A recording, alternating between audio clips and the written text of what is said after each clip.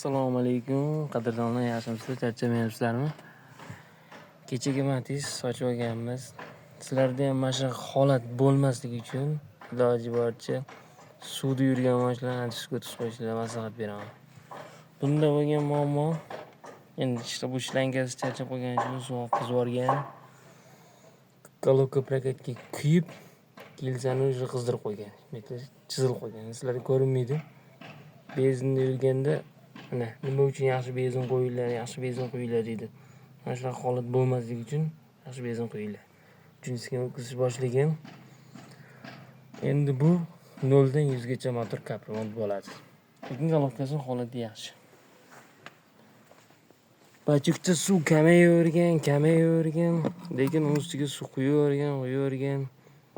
Quyishda ham o'z yo'li bor. Mashinani sovutib yoki mashinani o'chirmagan holatda suv quyish kerak o'zi aslida.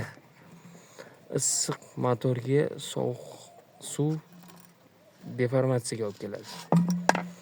Shunaqa holat bo'lmasligi uchun iloji boricha antis quyinglar. Golovka ketgan holat. Yo'q, sinib ketgan birinchi silindrdagi golovkaning holati lekin ideal. Ko'rishinglar mumkin. Tagini ishlaymiz. Bo'ldi. Bu ham shunday yopiladi. Mashinani holati moy yemaydi, ideal. Lekin porsin singani uchun biz endi 0 dan 100 gacha motor qilishga majburmiz. Chunki biz hozir buni shunday holatda qoldiradigan bo'lsak, motor moy yeyoradi. Uchun klient o'ylagan holatda arzon, sifatli va tez qilib beramiz. Xudo cho'tki qilib. Shuningdek hammasi zo'r bo'ladi. Almashadi. Bular hammasi fabrikalar. Bunda muammo bo'lmaydi.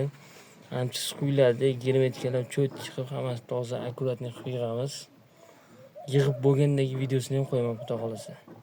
Bu yoq cho'tki bo'ladi, motor o'zi standart bo'lgan ekan.